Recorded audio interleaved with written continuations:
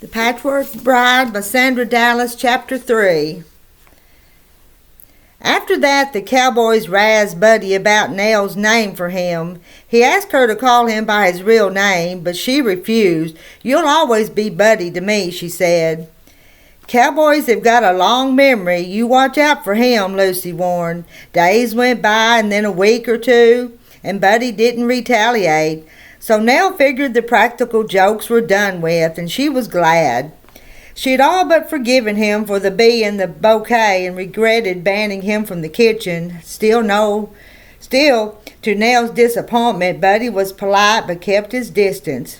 Although one evening after supper, she came across him sitting on the porch of the adobe farmhouse, playing a song on a harmonica. "That's the lonesomest music I ever heard," she said. In the dark, she didn't know who the cowboy was, and she sat down on a chair near him. "It soothes the cattle," Buddy said.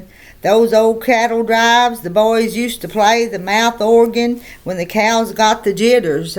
Nell was surprised to hear Buddy's voice, but he had just as much right to sit on the porch as any other cowboy.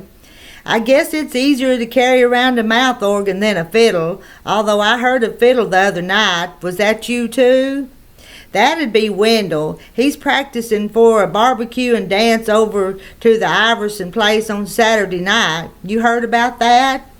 "I surely did," Nell said. She smiled in the darkness, thinking Buddy would ask to escort her. Maybe he really was interested. "It'll be a real nice affair. Iverson's got a piano, and there'll be one or two playing the squawk boxes. It sounds like a nice evening." "I expect you'd like to go." "I would." Nell all but grinned, thinking maybe she'd been right to dream about riding under the stars with Buddy. He slapped the harmonica on his sleeve, then slipped it into his pocket. "Well, maybe if you're lucky, some cowpoke will ask you." Buddy stood and walked toward the bunkhouse without a backward glance. For a moment, Nell seethed at the insult. Then tears came into her eyes as she realized she had opened herself up, but Buddy didn't care.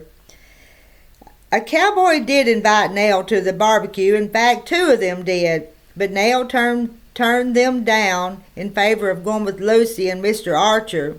"The party was just for ranch folks," Lucy explained. "No town rowdies or fancy girls. The Iversons barbecued a calf, roasted it in a pit, and served it up along with smoked venison. The guests brought pinto beans and baked beans and frioles, potato salad and creamed potatoes, creamed onions and greens and red chili. And every woman in the valley brought her best cake or pie. Lucy and Nell together baked an apple cake and each made a pie. Lucy's was raisin sour cream, while Nell made lemon with meringue that stood 4 inches high. "Why, it looks like the Sangre de Cristos," Mr. Archer said when he came into the kitchen and saw it. One of the cowboys said it looked more like calf slobbers. The cowboys came up to the ranch house to escort them. The men had washed and shaved and were feathered out in new shirts, their hair slicked down with bacon grease, and one or two smelled of barber oil. Nell promised each of them a dance as she climbed into the carriage with Lucy and Mr. Archer. Buddy wasn't among the cowboys, and Nell wondered if he was staying behind, but not for anything would she ask. Maybe he'd gone on ahead with Wendell, she thought. Well, what did it matter? She had no intentions of dancing with him. After the way he had embarrassed her, he could dance with a cow. Then she thought, well, maybe, if he asked nicely. A moon as bright as a $5 gold piece hung in the sky, and the Iverson barn was decorated with a dozen lanterns. Mr. Archer helped the women out of the carriage and handed them the hamper with the cake and the pies inside. Then he reached under the seat and took out a jug, which he gave to one of the hands, warning him not to get booze blind. Hands from the Rockin' A, as well as the other ranches, gathered around to offer to carry the hamper. Nell thought they wanted to see what the women had prepared, but Lucy snorted. "I guess the word's out we got a new girl at the ranch." She handed the basket to the cleanest cowboy while Nell glanced about, noticing that Buddy wasn't there. Lucy handed their wraps to one of the hands to take into the house, where the women's shawls and the men's coats were piled on a bed. She insisted Nell take a shawl with her because when they went home the night would be cold. Monty, one of the Rockin' A's cowboys, took Nell's arm and asked if he could bring her a plate of barbecue. She nodded. Supper was already underway, and the people were sitting on cottonwood logs in the yard or perched on bales of hay in the barn, 10 plates of food in their laps. Nell looked around, figuring there were only 1 or 2 women for every 10 men. Wendell and the other musicians were already tuning up in the barn, and Monty hurried her through supper so that he could claim the first dance. She'd eat dessert later, she thought, although with the way the pies and cakes were disappearing, she wondered if there would be any left. She was pleased to see her lemon meringue pie plate was empty. Monty followed her to the dance floor, then gripped her awkwardly and began to dance. What he lacked in skill he made up for in enthusiasm. All the cowpokes did. Willie Burden claimed her next, and he was just as lively as Monty. "I'm planning to dance in my wedding," he said. "I lack but a month's wages to reach that $100 I need." Then he asked shyly, "Miss Nell, I would consider it a favor if you'd advise me on the purchase of a wedding ring." Nell agreed. As soon as the dance with Willie was finished, a man stepped up to claim Nell for the next one, dragging her around the barn, stepping on her feet, even ripping the hem of her skirt, her best one. She was vain, so she'd worn a cream-colored skirt and starched white blouse with a tight belt. Most of the cowboys had never seen her without an apron, which gave her a shape like a flour sack, and she wanted to show off her small waist. But she knew as soon as she'd arrived that she had chosen the wrong outfit. The skirt was already dirty from where it had scraped the barn floor, and the blouse was stained from the not-too-clean hands of her dance partners. There was even a streak of barbecue sauce where a cowboy had danced her too close to one of the tables. Nell knew she looked a mess, with her soiled dress, the blouse pulled out from her skirt in places, her hair falling out of her combs, but that didn't stop the cowboys from lining up to dance with her. She had just finished a fast dance with a cowboy she suspected had never been on a dance floor in his life and was hoping for a break when Buddy took her arms. "I guess it'd be rude if I didn't ask for a dance with our hired girl," he said. "Why, I thought I'd already danced with all the hired hands," she shot back at him. "I guess I was wrong." He held out his arms and they began to sway with the music. At least he didn't leap around the room and step on her feet. She felt his arms tight around her, and despite herself she smiled at him.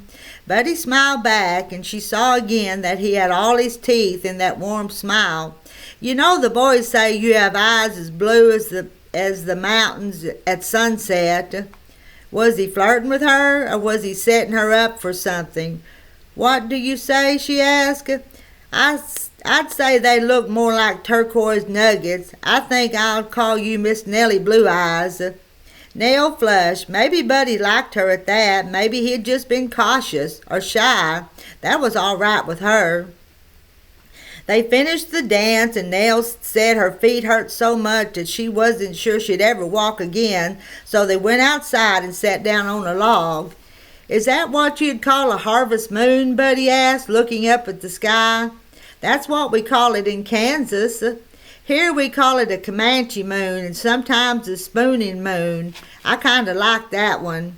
Nell flushed. "We didn't hit it off so good at first, did we?" she asked. Now it was Buddy's turn to blush. "I keep thinking you're going to play a mean joke on me," she said. "You don't like them?" "Not so much." Buddy smiled and looked a little sheepish. "I never really played a joke on you yet, Miss Nell." "I hope you're not thinking up one right now." "Me?" "Yes, you. Now, Miss Nellie Blue Eyes, don't you think a fellow's got the right to a little fun?" "Not at my expense." Buddy kicked the dog with the pointed toe of his boot. "You do not trust..." Buddy kicked the log with the pointed toe of his boot. "You do not trust a person, do you?" The music had stopped, and Wendell came out of the barn with his fiddle and went up to Buddy. "You taken care of?" He stopped when he saw Nell and said, "Well, howdy, Miss Nell." "What were you saying?" he asked. "Don't mind me.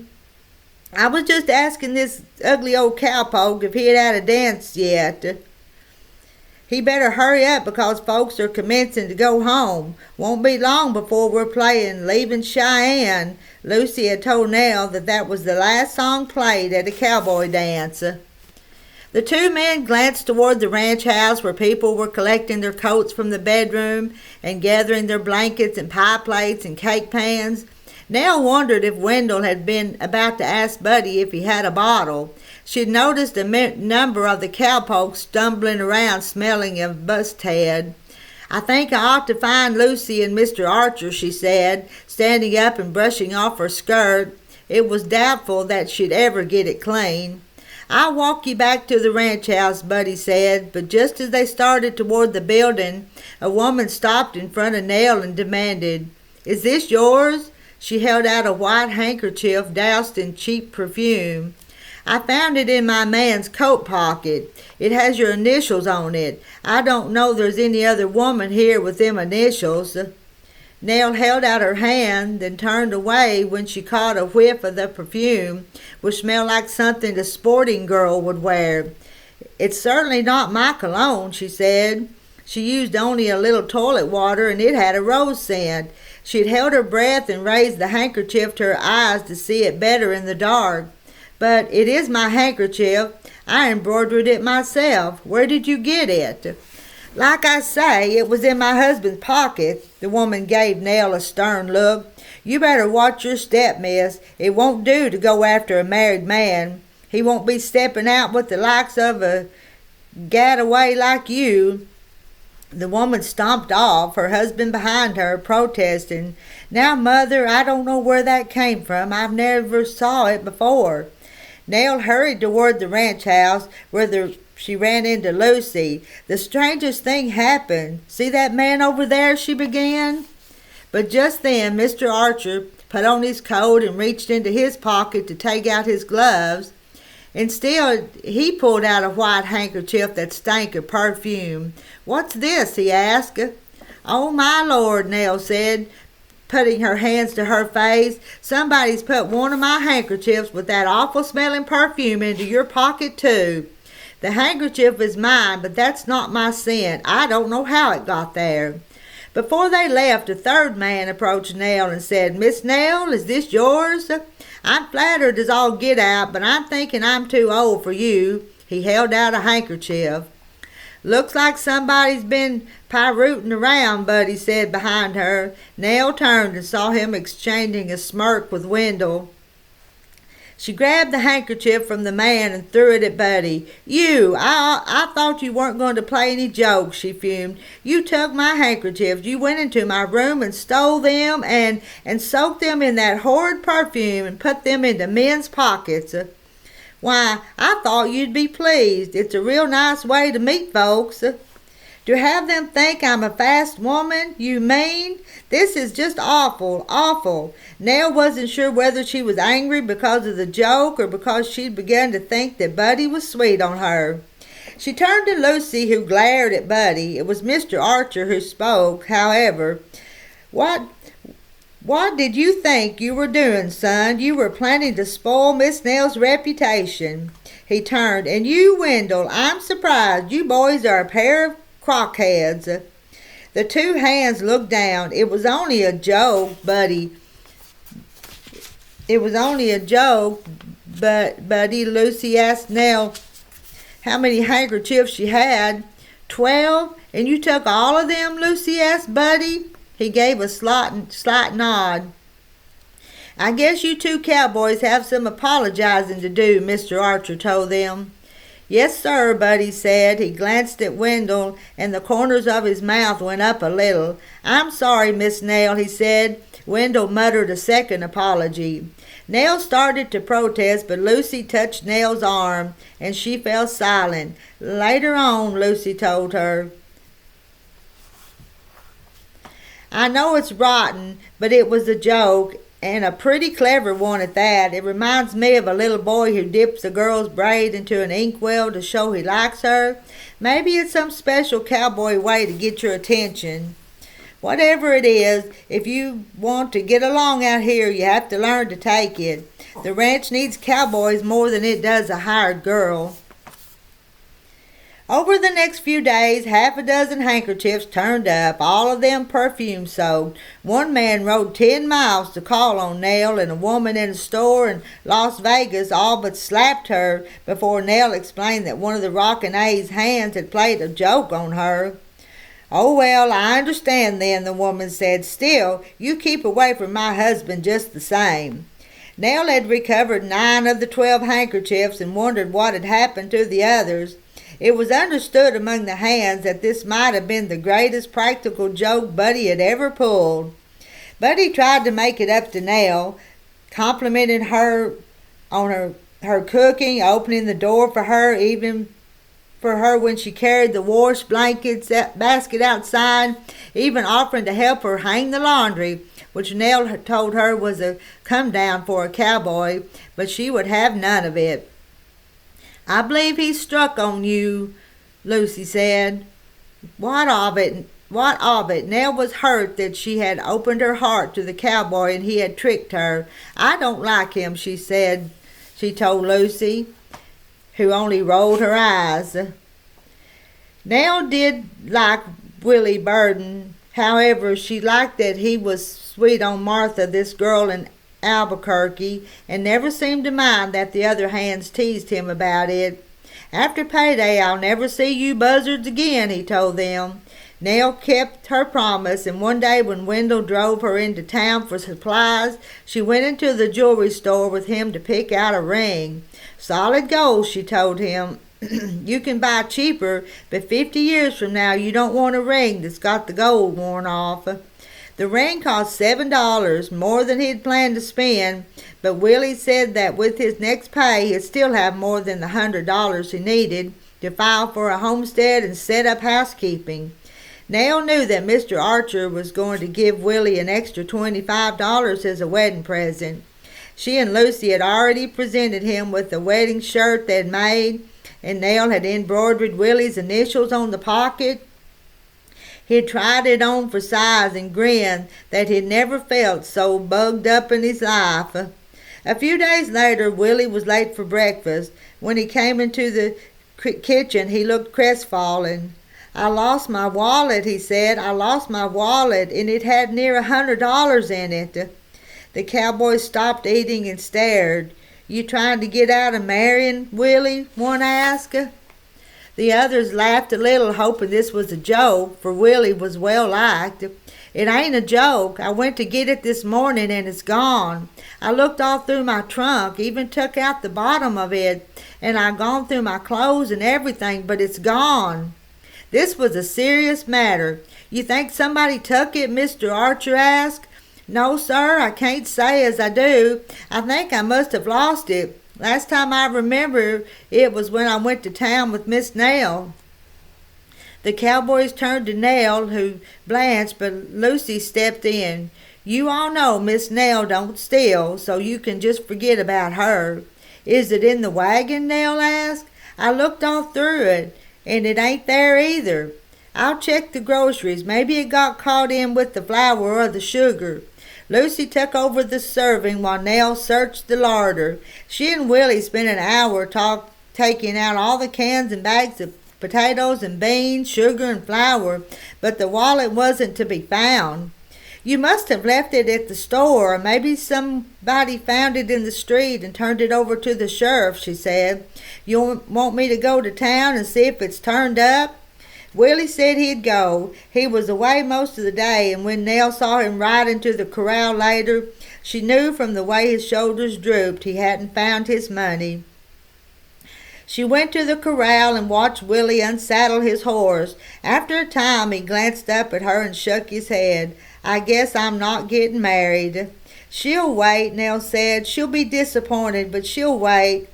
"Yes, ma'am," he said, but he didn't sound as if he believed it. "There's another fellow been telling her I ain't the marrying type." If she loves you, she'll believe you. If you like, I'll write her a letter." Willie looked up from the bridle in his hands. "Would you, ma'am? I'd sure appreciate that." But Nell could tell by the way he slunk off to the bunkhouse that he didn't believe a letter would do much good. She didn't either. End of chapter 3.